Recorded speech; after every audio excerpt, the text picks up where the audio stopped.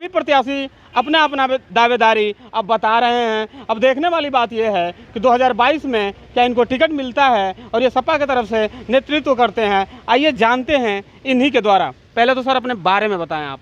जवाहर सिंह पटेल, मधुबन विधानसभा 353। कौन से ऐसे मुद्दे हैं जिनको लेकर आप चुनाव लड़ेंगे?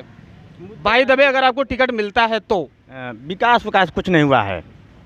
बेरोजगारी, सभी भ्रष्टाचार सभी चरम सीमा पर है। तो गए झूठे मुकदमा, नारेबाजी सब चल रही है। तो गए क्या लगता है आपको 2022 का चुनाव आ गया है, पार्टी की तरफ से आपको उम्मीद क्या है? उम्मीद हम झलक रही है कि सपा सरकार बनेगी, माननीय राष्ट्रीय अगले से मुख्यमंत्री बनेंगे और हम जीत जाएंगे। आप अपने टिकट के बारे में बताएं, क्या लगता है आपको? यहाँ से मधुबन से प्रत्याशी होंगे आप? हाँ जी, प्रत्याशी हम हैं और प्रत्याशी होंगे।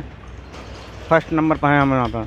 मधुबन आप क्षेत्र में घूम रहे होंगे, देख रहे होंगे, कौन से ऐसे कार्य है जिनको प्रतिनिधि तो बहुत हुए, विधायक तो बहुत चुने गए, मगर क्षेत्र में काम नहीं किए? कौन से ऐसे काम है जिनको लेकर आपका फील्ड में जाना होगा और उस पर अगर भाई दबे आप चुनाव जीत जाते हैं तो उस काम को करने की कोशिश करेंगे? यहाँ पर बहुत काम है, रोड और जैसे कटान है, बांध बनवाना, सब बहुत से काम है। तो गए जो काम को डेवलपमेंट कुछ नहीं हुआ। 20-30 बरस से कोई डेवलपमेंट हुआ मधुबन विधानसभा में। क्या रीजन रहा? 20 साल जैसा आप बता रहे हैं कि कोई डेवलपमेंट नहीं हुआ। बीच में आपकी भी सरकार रही, बीएसपी की सरकार रही, अब बीजेपी की सरकार है। सरकारें तो सबकी बनी हैं, मगर रीजन क्या रहा कि क्षेत्र का विकास नहीं हुआ? क्षेत्र के बाहरी विधानसभा विधायक रहे, कुछ काम नहीं किया इस विधानसभा, मधुबन विधानसभा में। सब लोग बाहर ही आए, सब तो कोई विकास नहीं हुआ। पार्टियां बाहर लोगों को क्यों टिकट देती है? क्या इनके जो भी पार्टियां रही हो बाहरी लोगों को टिकट देकर यहाँ पे चुनाव लड़वाती है, उनको जितवाती है, और शिकायतें रही है कि जो लोग बाहरी टिकट जीतने के बाद फिर क्षेत्र में आते नहीं हैं? क्या रीजन रहा है कि बाहरी लोगों को लाकर टिकट देना? सही रिपोर्ट यहाँ से नहीं जा पाता है, इसलिए टिकट सही रूप से नहीं मिल पाता है। तो अखिलेश यादव कह रहे हैं 400 से पार, इधर बीजेपी भी कह रही है 400 से पार, इधर बीएसपी का भी कहना है कि हम 350 से ऊपर जा रहे हैं। क्या लगता है आपको, आपकी पार्टी कहाँ पे स्टैंड करेगी, कितने सीटों तक का? अरे 400 से पार कर जाएगी सपा, यहाँ 400 से पार कर जाएगी। लहर इस बार बन गई है। बढ़ती महंगाई और बढ़ती बेरोजगारी पे क्या कहना चाहेंगे आप? महंगाई तो बहुत बढ़ गई है, चरम सीमा पर हो गई। गैस और पेट्रोल और डीजल सब बढ़ गया है। तो हाँ, सरसों का तेल सब बढ़ गया है, आम जनता परेशान है। तो गए अगर देखा जाए तो बीजेपी सरकार का कहना है कि भाई देखिए, दाम तो इसलिए बढ़ाए जा रहे हैं क्योंकि हमने बहुत सारी चीज़ों को फ्री किया है इस महामारी में। जैसे हमने गैस फ्री किया था, हमने वैक्सीन भी फ्री किया है, हमने राशन भी फ्री दे रहे हैं इतने दिनों से, तो भाई कुछ चीज़ों का दाम तो बढ़ेगा। इस पर क्या कहना चाहते हैं? अरे तो 5 किलो राशन से काम नहीं चलेगा, बहुत खर्च है ना। 5 किलो राशन से काम चलेगा। गैस और पेट्रोल का दाम बढ़ गया, उससे तो पूर्ति हो नहीं पाएगी। तो हाँ, पहले सरकार में थोड़ा दीजिए। मतलब आपके हिसाब से जो सरकार है, यहाँ पे आइए इनसे बात करते हैं, क्या लगता है आपको, कैसी लहर है, क्या माहौल है 2022 के चुनाव का? हमारा नाम उदयभान यादव है। हम अपने गांव के 20 वर्ष प्रधान रहे हैं। हम सेवानिवृत्त प्रधानाचार्य रहे हैं। हमने बहुत सरकारें देखा है, लेकिन इतनी गई गुजरी और गंदी सोच की कोई सरकार नहीं हुई है, जो कि भाई भाई को लड़ा दे, जात से जात को लड़ा दे, हिंदू मुसलमान की बात करे, आम जनता की बात नहीं कर रही है, किसानों की बात नहीं कर रही है, बुनकरों की बात नहीं कर रही है, मजदूरों की बात नहीं कर रही है, एक दूसरे में नफरत फैलाने का काम कर रही है। ये सरकार जो है, हम लोग ऊब चुके हैं। पर वो बीजेपी वाले तो कहते हैं कि देखो, गुंडागर्दी जो होती थी वो समाजवादी पार्टी में बहुत ज़्यादा होती थी, और जो भी थाने पे अगर देखा जाए दबंग लोग जाके बड़ा गुंडागर्दी करते थे। हमारी सरकार बनी है तो हमने उस पर लगाम लगाया है और जो भी दोषी थे उनको जेल में डाला है, यहाँ तक कि घर भी गिराया है। बीजेपी का कहना ये है। किसका घरवा गिराए हैं? जो उनके विरोधी हैं उनका घर गिराए हैं, जो उनके साथ हैं, उनको वोट करते हैं, उनसे गलत कब्जा करा रहे हैं, और न कि आम लोगों का। अभी अभी चुनाव हुआ है ये पंचायतों का, जहां ब्लॉक प्रमुख है उनका नहीं है, दूसरे के तरफ ही जा रहे हैं। तो उनका घर गिराना, उनका स्कूल गिराना, उनको तंग करना, उनको जेल में डालना, उनको डरवाना, उनको उठा लेना, यही इसकी कार्यप्रणाली रही है। दहशत फैलाओ और अपना काम बनाओ। झूठ मूठ का प्रचार। मान लीजिए 5 किलो तो सपा सरकार से ही चलाया रहा है राशन देना। कुछ महीने 2-4 महीने आपने 5-5 किलो दिया, उसका दाम जैसे 2 रुपया 2.5 रुपया है, तो आप जो सपा सरकार दे रही थी उसका वही ना 10 रुपया 50 रुपया 60 रुपया ले रहे हैं। जो 400 का गैस सिलेंडर था उसको आपने 1000 कर दिया, कहते रहे कि हम सब्सिडी देंगे। सब्सिडी आज हम मान लीजिए कि हमारे पास पैसे नहीं है, आपसे कहें कि 1000 रुपया हमको दीजिए, हम गैस भरवाएंगे और सब्सिडी आई तो उसमें कुछ मिला करके आपका लौटा देंगे।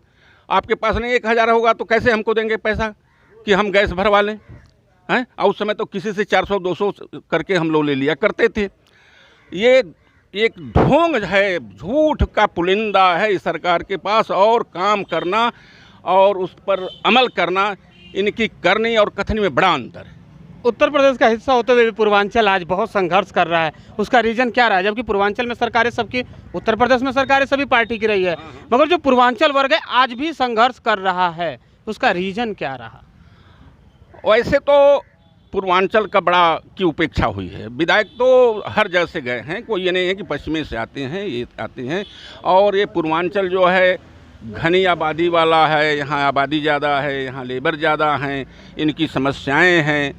यहाँ तो थोड़ा सा हमारा मिश्रान का इलाका है जहाँ पढ़े लिखे लोग ज़्यादा हैं, लेकिन और क्षेत्र जो है शिक्षा से भी अधूरे रहे हैं। आज की समस्या है, हम अध्यापक रहे हैं, इस नाते बच्चों की दर्द को जानते हैं। 10 दिन की छुट्टी हो जाती है, 5 दिन की छुट्टी हो जाती है तो लड़के स्कूल आना नहीं चाहते, आते हैं तो आधा तो भूल जाते हैं, छोटे छोटे बच्चे। आपने 1.5 साल 2 साल से शिक्षा से एकदम आम गरीब को वंचित कर दिया। कह रहे हैं कि हम ये इंटरनेट से पढ़ाई करेंगे। हमारे पास साधन नहीं है, गरीबों के पास साधन नहीं है, वो किस इंटरनेट से पढ़ेंगे? कहाँ से 25,000 की मोबाइल ले आएंगे? 5 बच्चे हैं तो उनका तो 1.25 लाख रुपया चाहिए मोबाइल के लिए। अब शिक्षा की बात करें, आप टीचर भी हैं, प्रधानाचार्य भी रहे हैं, खुद के सरकारी के टीचरों के बच्चे प्राइवेट स्कूल में पढ़ने जाते हैं, इस पे क्या राय है आपके? हमारी राय ये है कि प्राइवेट स्कूलों में जा रहे हैं अब, लेकिन अब देखिए बहुत से प्राइवेट स्कूल हैं, हर गांव में हर देहात में रहे हैं, लोग जाते रहे, मेहनत करते रहे। रीजन ये है कि खुद के 80,000 रुपया तनख्वाह लेने वाले सरकारी के टीचर 5,000 वाले टीचर के पास पढ़ने क्यों जाते हैं? सवाल ये है। ये हो सकता है कि उनका अपना आत्मविश्वास खो दिए हैं या अपनी क्षमता का इस्तेमाल नहीं कर रहे हैं। ये एक आदमी की बात नहीं है, लेकिन हमने देखा है बड़े बड़े पूंजीपतियों के कॉलेज हैं, खूब रन कर रहे हैं, सब ले रहे हैं वहाँ 5,000 4,000 पैसा फीस, खूब वसूली चल रही है, खूब वसूली चल रही है शिक्षा के नाम। हमने देखा है जैसे स्कूल खुल गया अप्रैल में, एक दिन भी स्कूल नहीं चला। हम सितंबर में एडमिशन करने जा रहे हैं, वो दबंग हैं, कहते हैं कि हम अप्रैल से ही फीस लेंगे, सितंबर से नहीं लेंगे। जबकि नियम है कि यदि 30 दिन विद्यालय बंद हो जाता है तो उस महीने की फीस नहीं लगनी चाहिए, लेकिन 6 महीने बैक से लेते हैं, 3 महीने फिर परीक्षा के बाद छुट्टी करते हैं, उसका भी लेते हैं। तो अब की बार कैसे पार?